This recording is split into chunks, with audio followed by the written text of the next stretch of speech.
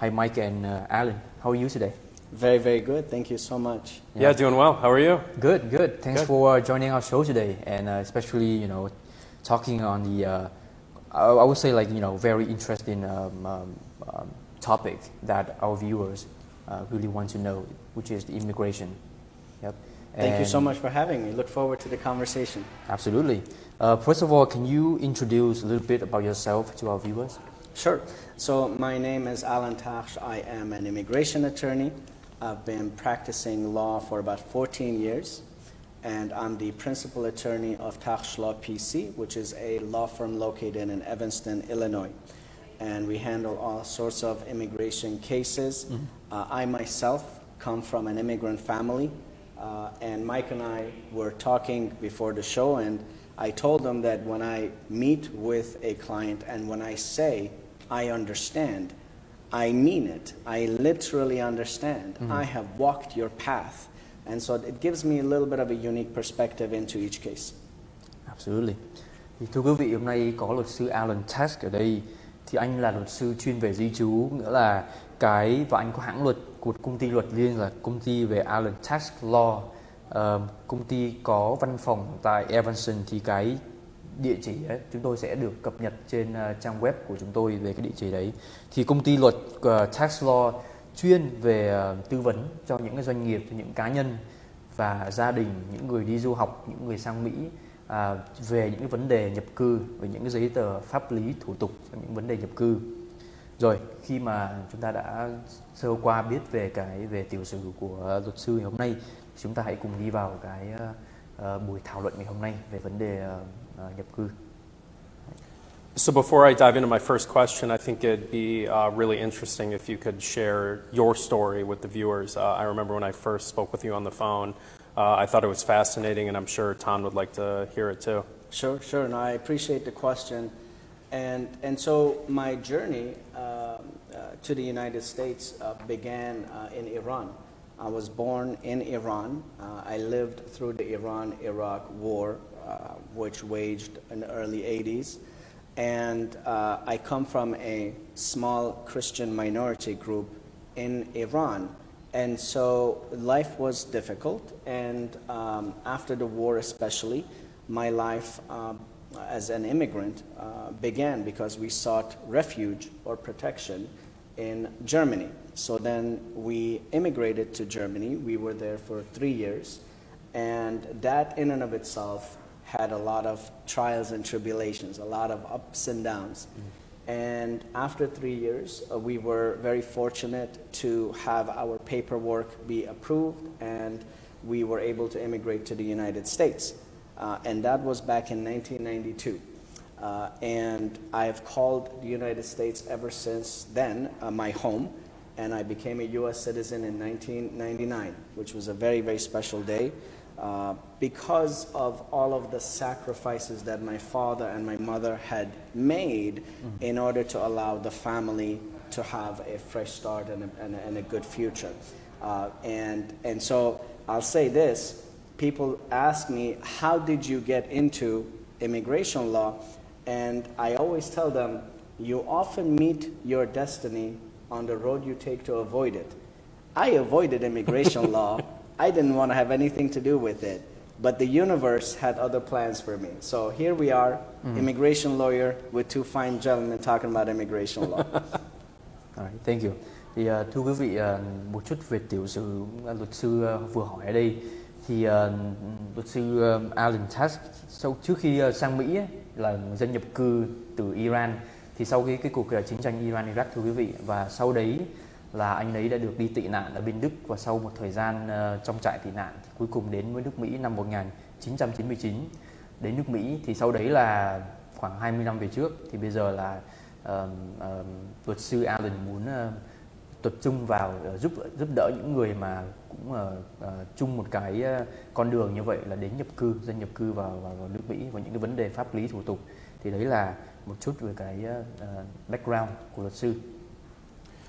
So let's dive into some immigration questions. I'm sure your story is fascinating, and I feel like we could have the whole show on your story. But for the viewers who want to learn a little bit about, call it Immigration 101, I've learned just from talking to you and our relationship over the last couple of months that immigration runs a big spectrum of types of cases. So for the viewers, can you share the types of cases that you handle in immigration, and then also cases where you don't necessarily handle and maybe you refer those out to other people? Sure. So as you pointed out, immigration law is a very large area of law, and there are many ways in which people can immigrate to the United States. The vast majority of the cases we handle are family-based. About 30% of our cases are removal proceedings or defending somebody who is in removal proceedings. And then about 20% of our cases, 25%, are investment-based and employment-based cases. And so we are very fortunate because we handle a lot of different cases, but the ones we normally don't handle are, for example, somebody who wants to apply for a visitor visa or apply for a student visa. And why is that? Because the system is so streamlined that a lawyer, in my opinion, doesn't add a lot of value. So, for example, a visitor visa is very simple to apply for. And I'm not a fan of charging someone money where they can do it themselves. Only when complications arise in those types of cases is when I get involved. So family-based, employment-based, investment-based, and removal proceedings are the vast majority of our cases. Thì thưa quý vị, một cái câu hỏi vừa đặt ra cho luật sư ở đây nghĩa là những cái tình huống nào, những cái case nào mà văn phòng của luật sư làm việc với hoặc là chịu trách nhiệm. Thì ở đây có một số trường hợp là thường những cái case mà về nhập cư thì thường là liên quan đến gia đình, có nghĩa là chồng bảo lãnh cho vợ, vợ chồng bảo lãnh cho con cái bảo lãnh cho bố mẹ, thì family, gia đình là một cái lĩnh vực mà lớn trong những cái dịch vụ tư vấn về nhập cư của luật sư. Sau đấy có nghĩa là đến 30% là về những vấn đề như khi mà bị trục xuất khỏi nước Mỹ, thì đấy là 30%, đấy là một vấn đề lớn. Tiếp theo là 20% là về những cái khoản đầu tư, quý vị đầu tư vào nước Mỹ như là investment, nó gọi là để mà được thẻ xanh, để mà được quốc tịch. Và những cái mà văn phòng luật sư không làm việc, cũng như là không trợ giúp, có nghĩa là những cái vấn đề về xin visa đi học này, visa đi tham quan là những cái đấy là nó đơn giản,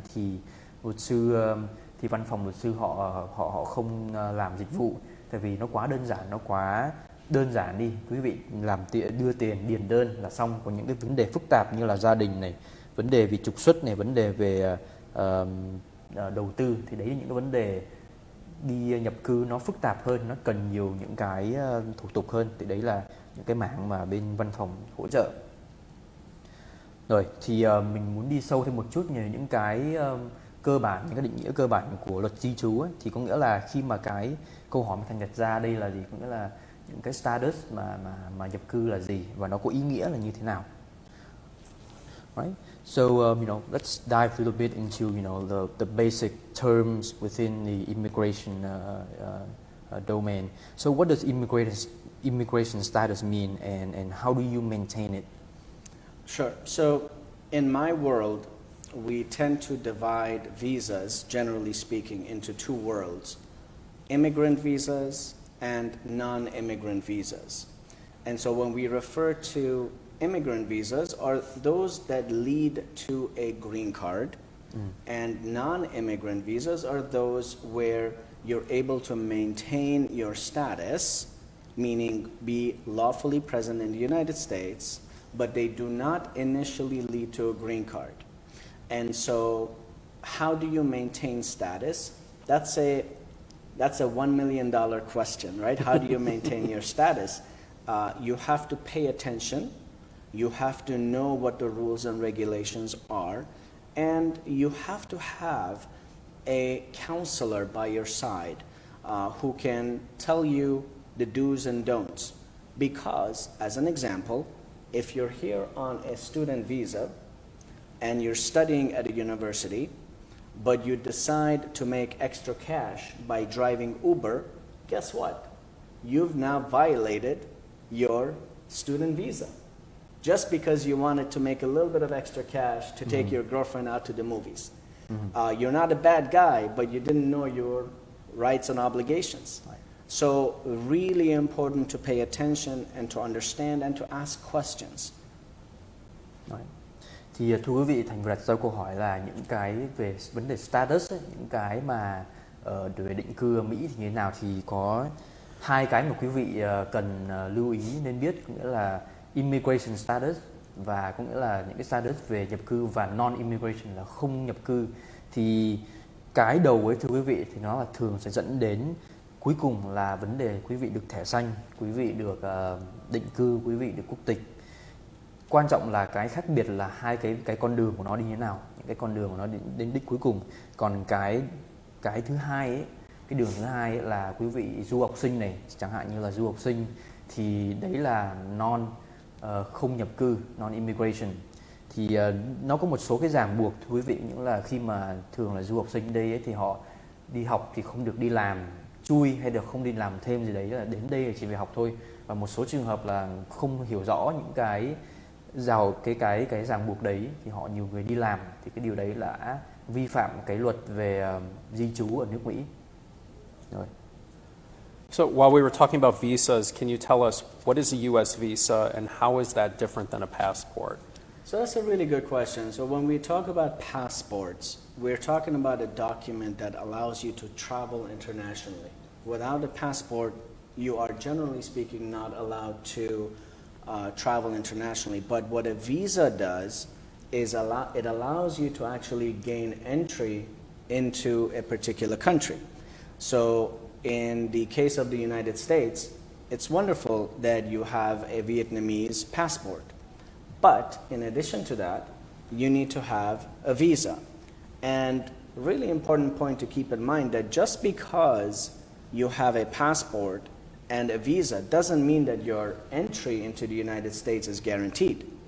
What happens is that once you enter O'Hare Airport, there are Customs and Border Protection officers who look at your passport, they look at your visa, and then they ask you some questions. Because even though your feet are on U.S. soil, you're actually not in the United States until the CBP officer has admitted you into the country, right? So a lot of people at O'Hare Airport, sometimes they get sent to secondary inspection and their family calls me. They say, please help my family member. They are at secondary inspection. And most of the time, we are not able to help them because technically they're not in the United States. So they're not afforded the regular rights that a citizen or even a non-citizen in the United States would be afforded because they're not in the United States. So, and that opens a whole another window that we need to talk about. But generally speaking, passport, international travel, visa, gaining entry. And just to follow up, what would trigger someone going into secondary inspections? That's again these are really good questions, guys. This is good stuff. So did you think this was going to be easy? We're asking good and tough questions. No, this right? is good stuff. I like it. I like it a lot. As an example, the way or one reason somebody might be sent to secondary inspection is if they have, for example, applied for a student visa. They've told the U.S. government that they'd like to come and matriculate at a university here. However, something about them makes them suspicious, so the CBP officer asks to see their phone, asks to see their emails, asks to see their text messages, and the officer sees that let's call her Lisa. Lisa is saying to Michael, I cannot wait to come and marry you. I love you so much. Guess what? Now we have a problem because student visa, you're supposed to go study. You're not supposed to come and get married to Michael. So that's one reason. And I'm simplifying it. It's a lot more complicated, but that's one example. Right. Thì thưa quý vị, câu hỏi mà vừa đặt ra cho luật sư ở đây ấy, nghĩa là cái sự khác biệt giữa visa và passport là như thế nào? Thì về mặt định nghĩa cơ bản ấy, passport nghĩa là một cái giấy một cái cuốn sổ quý vị thường có, nhưng mà quý vị đi du lịch, đi travel, đi nước ngoài gì đấy, và cái visa là cái để quý vị nhập cảnh vào một quốc gia. Thì khi quý vị đến Mỹ, nếu như quý vị là thuộc cái dạng là không phải là quốc tịch Mỹ hoặc là thẻ xanh, thì quý vị cần visa trên cái passport của quý vị để quý vị đến sân bay và tiến hành thủ tục để mà nhập cảnh vào một cái quốc gia nào đấy. Thì visa là cái thứ mà để quý vị đến nước ngoài, đi vào trong một cái nước ngoài, còn passport là cái giấy để mà đi du lịch. Thêm một cái là luật sư vừa đưa ra một định nghĩa bổ sung ở đây, nghĩa là đến sân bay ấy, có một cái gọi là custom border. Người ta là custom border, nghĩa là những người mà họ sẽ xem xét cũng là những cái thủ tục của quý vị để mà có tiếp nhận quý vị hay không, và có một số trường hợp là không được bị từ chối vào nhập cư vì lý do gì đấy, và họ thường là phải qua một cái đợt xem xét thứ hai nữa, là để mà người ta điều tra xem là quý vị có nghi ngờ hay là có những cái gì đấy mà nó mang lại cái sự nghi ngờ đến cho những cái người nhân viên an ninh ở sân bay không. Thì đấy là một cái định nghĩa, một cái phạm trù khác thưa quý vị. Và mình nên rõ những cái visa, passport, xong rồi đến sân bay lại có thêm cái custom đấy nữa để mà họ kiểm tra quý vị xem quý vị có hợp lệ vào nước Mỹ hay không. Rồi. Right. So we talk about, your example, Lisa and Michael, getting married. One of them is like a foreigner citizen. So let's say if someone married to a U.S. citizen, does that person eventually become a U.S. citizen? Yeah, so the key word in your question is eventually, right? Some people I speak with, they are under the impression that if you are married to a U.S. citizen, you automatically become a green card holder or citizen, or that you're protected. But nothing can be further from the truth, actually. Marriage by itself does not protect you. The U.S. citizen spouse must petition for the spouse in order for the case to start. And usually, if the person has entered the country lawfully, so let's say, again, as an example, they enter the country on a student visa, they go to school for 2 years, and then they fall out of status because they cannot afford school anymore. Later, they meet a fine gentleman who happens to be a U.S. citizen, they get married. Well, the U.S. citizen spouse files a whole slew of forms with U.S. Citizenship and Immigration Services, USCIS, and that begins the process.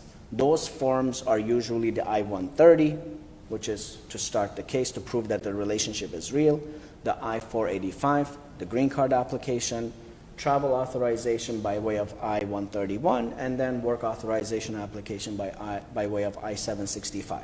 So you file those forms with USCIS, and in about 10 months or so, you can expect to have an interview. And if all goes well, less than a year, meaning 11-12 months after filing, you should get your green card.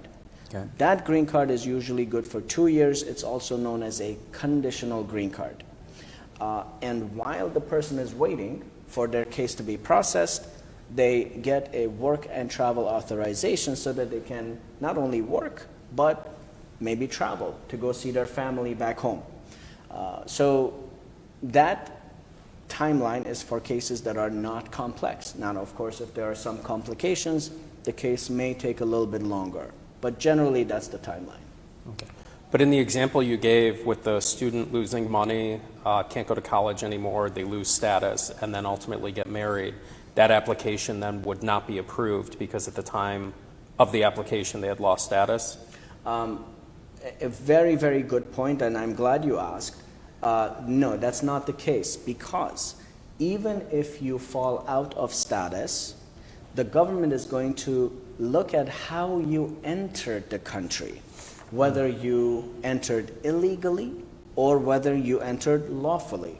So in our example, the person entered lawfully, they were inspected by the CBP officer, but through no fault of their own, they fall out of status. And because they're married to a U.S. citizen, they're afforded a very special treatment, meaning that even if you fall out of status, we're going to give you a green card because you're married to a U.S. citizen. Okay. So the key is to enter lawfully. Yes. Got it. Do not enter illegally. Okay. Yes, because that makes your life for yourself a lot more difficult. And it doesn't make it impossible for you to attain legal status, but it does mean that now you'd be looking at some waivers and you have to jump through some hoops in order to get there. Thì thưa quý vị, câu hỏi mà mình vừa đặt ra cho luật sư ở đây cũng là khi mà một người kết hôn với một công dân Mỹ thì cái việc kết hôn như vậy có thể làm cho người không có quốc tịch, người nước ngoài trở thành công dân Mỹ hay không, thì cái path ấy, cái lộ trình đấy là nó có nhiều bước thưa quý vị. Thì cái người vợ hoặc chồng là người công dân Mỹ phải nộp hồ sơ để mà bảo lãnh cho vợ, cho cái người còn lại. Và cái quá trình thì theo như luật sư nói thì nó kéo dài khoảng tầm 2 năm. 2 năm để mà lúc mình nộp hồ sơ cho đến cái lúc mà thường khoảng là 1 năm thưa quý vị. Nộp hồ sơ cho đến lúc mà phỏng vấn và có được cái thẻ xanh 2 năm. Và cái thẻ xanh 2 năm này là thẻ xanh có điều kiện, nghĩa là trong 2 năm đấy là quý vị phải là nộp đơn lên tiếp để mà hoàn thành lên một cái bước tiếp theo. Nhưng mà thường ấy là mất khoảng 1 đến 2 năm để mà quý vị có được cái thẻ xanh khi mà kết hôn với một người quốc tịch Mỹ. So we talked a little bit in the beginning. Do I get to ask you guys questions, or do you just ask me questions? We just ask you, right? Okay, That's why you're in the hot seat. Sounds good. All right. We talked in the beginning about asylum and that you handle those types of cases. Tell us, what is it and who's eligible for it?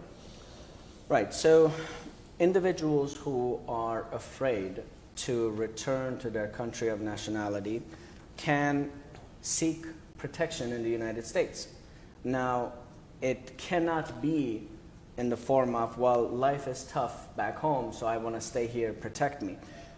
Usually, the standard that they have to achieve has to be both subjective and objective, meaning both personally and objectively, their fear has to make sense to the government. And the fear has to be based on a particular factor, whether it's political, whether it's religious, maybe they are a member of a particular social group, maybe they are, let's say, gay, and the country of origin persecutes or prosecutes individuals who are gay, hence membership in a particular social group, and they can even avail themselves of protections under the UN Convention against Torture. So there are different categories that the fear has to be under. You cannot just say, life is tough, I'd like the economic opportunities that the United States offers, I have no job, no opportunity back home, please protect me. The asylum process is an arduous one, it's a difficult one, and I handle a lot of those types of cases.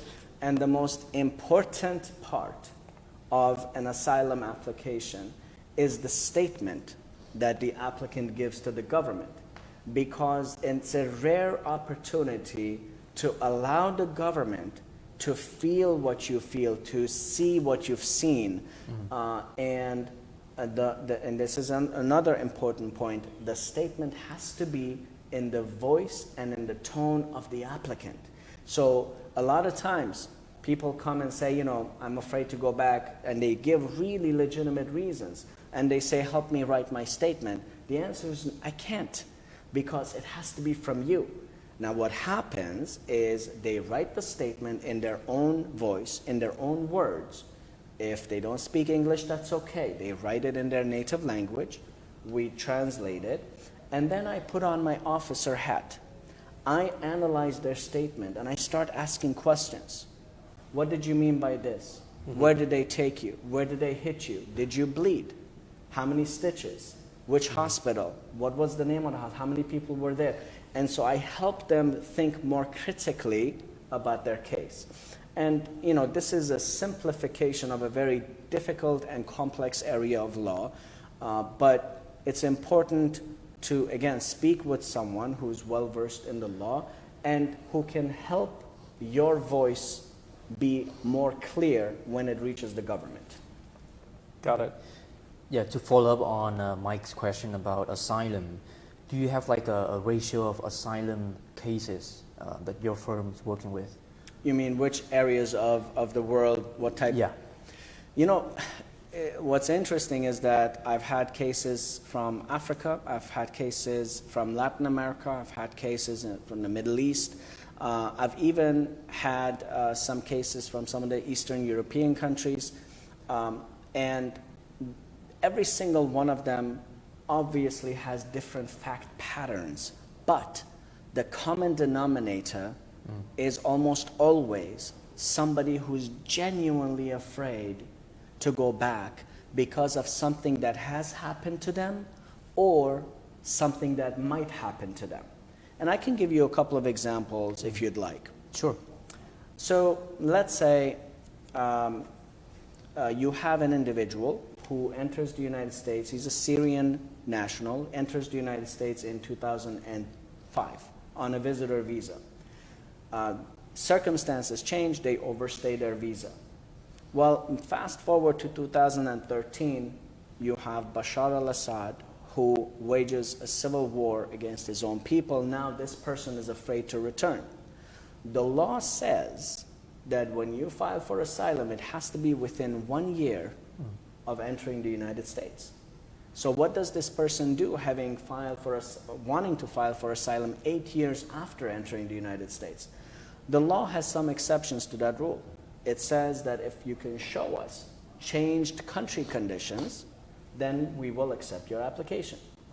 Or let's say you have someone who is gay and from a country that persecutes homosexuals. Well, they have lived their life in secret, they are not out. They come to the United States on a student visa. Later on, maybe 3-4 years later, they see the opportunities that the United States offers, they come out. Well, prior to their entry, they weren't afraid, they weren't out yet. But later, they come out. Now they know that if they return, they will be persecuted. So now the government says, we will afford you an exception based on your personal changes in your personal life. And that is another exception. So in immigration law, there's always a general rule and exceptions under that rule. Again, very important to talk to a counselor who can guide and advise you as to what you can do about your particular situation. I feel like you explained the practice of law. And in general, when you said there's the rule and then there's the exceptions, because if it was, and that's like for everything, because if it was just the rule, none of us would have jobs. Exactly, exactly. That's exactly right. Thưa quý vị, cái câu hỏi vừa đặt ra cho luật sư ở đây nghĩa là asylum, nghĩa là những người tị nạn là những người như thế nào, và những cái xoay quanh vấn đề đấy thì những người mà tị nạn này có được đến Mỹ, có được nhập cư, có được quốc tịch hay không, thì câu trả lời là có. Nhưng mà có cái điều ở đây là nên biết là đối với những người tị nạn thì họ phải chứng minh được là họ đang gặp những cái vấn đề mà nguy hại đến tính mạng của họ, ảnh hưởng đến con người, quyền công dân của họ, dựa trên một số cái cơ bản, cái mặt cơ bản đây là về chính trị này, về giới tính này, về vấn đề về tôn giáo, thì đấy là những cái mặt mà những người tị nạn mà người ta phải ấy lên, hoặc là đang gặp khó khăn và sợ là đối mặt với sự hành quyết của một cái chính quyền nước sở tại. Thì đối với những cái như vậy mà đấy thì đặt hồ sơ lên và apply, người ta có thể apply đến chính quyền ở đây, và họ sẽ xem xét cho hồ sơ của người tị nạn và quyết định là người này có được hưởng một cái sự nhập cư hợp pháp ở lại nước Mỹ hay không. Thì đấy, nhưng mà cái quan trọng ở đây thưa quý vị là phải chứng minh được là khi mình ở nước sở tại thì mình gặp phải những cái vấn đề cực kỳ khó khăn mà có thể ảnh hưởng đến tính mạng của quý vị, dựa trên một số những cái mặt quyền con người. Right. So we talk a lot about immigration status, family based, people getting married. Let's talk a little bit about non-immigration status, meaning people, international students, and all of that. So can people come to the United States to work or for school? Absolutely. So there are different ways that individuals come to the United States. And like we talked before, some of those visas are immigrant visas, some of them are non-immigrant. And then, more broadly speaking, some people come to study, some come here to work, some come here to invest money, some come here because they're afraid to go back. And so the simple answer to your question is yes. However, you have to be very careful because depending on what type of visa you have, there are some things that you can and there are some things that you cannot do. And we also talked a little bit before the show about how, these areas of law that we're talking about, books upon books have been written on just one type of visa. So mind you, the answers I'm giving you are very much general in nature. Thì thưa quý vị, Thành vừa đặt câu hỏi cho luật sư ở đây là người có thể đến Mỹ để làm việc hay là đi học hay không. Thì cái đi học ấy thì dễ rồi, đó là du học sinh sang Mỹ đi học. Còn một số trường hợp là đến để làm việc thì cũng được thưa quý vị, nhưng mà cần sự bảo lãnh của công ty hay gì đấy thì có thể mang cái người nước ngoài đến Mỹ để làm việc. So once someone is here, are they allowed to bring family members from their home country to come live with them in the United States, and what is that process like? The answer is yes, they can. However, there are different timelines and different processes for individuals who are U.S. citizens versus green card holders. And so what people can do in order to get a sense of the timelines, they can go to Google and type in Visa Bulletin Board for, let's say, we're in August 2021. The wait times for these visa processing times changes from time to time.